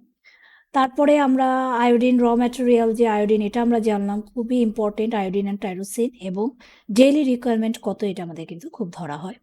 সোর্সটা আমাদেরকে জানতে হবে, না হলে আমরা বুঝবো কিভাবে যে কোনটা খেলে আমার আয়োডিন ডেফিসিয়েন্সি হবে না, তাই না? তাহলে এইবার আসলাম আমরা হচ্ছে এই আয়োডিনের synthesis, very important steps of thyroid hormone আয়োডিনের সিনথেসিস না, থাইরয়েড হরমোন সিনথেসিস, সরি। এটা very important steps of thyroid hormone সিনথেসিসের নামগুলা এবং প্রত্যেকটা স্টেপের হচ্ছে কোন স্টেপে কি হচ্ছে এটা কিন্তু খুবই আমাদের জন্য ইম্পর্টেন্ট। আমাদের এটা জানতেই হবে এবং সাথে আমরা কি ছবি আঁকা শিখব। ওকে, তাহলে এই গেল আমাদের থাইরয়েড হরমোন সিনথেসিস। এরপরে আসছি ফাংশন। আচ্ছা, আলাদাভাবে থাইরয়েড হরমোন রিলিজ কিভাবে হয় এরকমও কোয়েশ্চেন আসে, তাহলে আমরা সেটা আলাদা দিতে পারি। আলাদাভাবে কোয়েশ্চেন আসতে পারে, একসাথে হলে রিলিজ সহই আমরা দিয়ে দিই। ঠিক আছে? এইবার আসছি আমরা ফাংশন, ভেরি ইম্পর্টেন্ট। ফাংশনের ভেতরে calorigenic function important, metabolic function important. ঠিক আছে? টোটাল এভাবে আসতে পারে যে what are the functions of thyroid hormone, এভাবে আসলে আমাদের সবগুলাই দিতে হবে। আবার আলাদা আসতে পারে যে মেটাবলিক ফাংশনটা কি, গ্রোথের উপর কি এফেক্ট করে, তারপরে কার্ডিওভাস্কুলার সিস্টেমের উপর কি এফেক্ট করে, সেন্ট্রাল নার্ভাস সিস্টেমের উপর কি এফেক্ট করে, এই কয়েকটা জিনিস আমাদের আলাদাভাবে ফাংশন হিসেবে আসে। আবার টোটাল থাইরয়েড হরমোন ফাংশন হিসেবেও আমাদের টোটাল হচ্ছে ফাংশন হিসেবে আসতে পারে।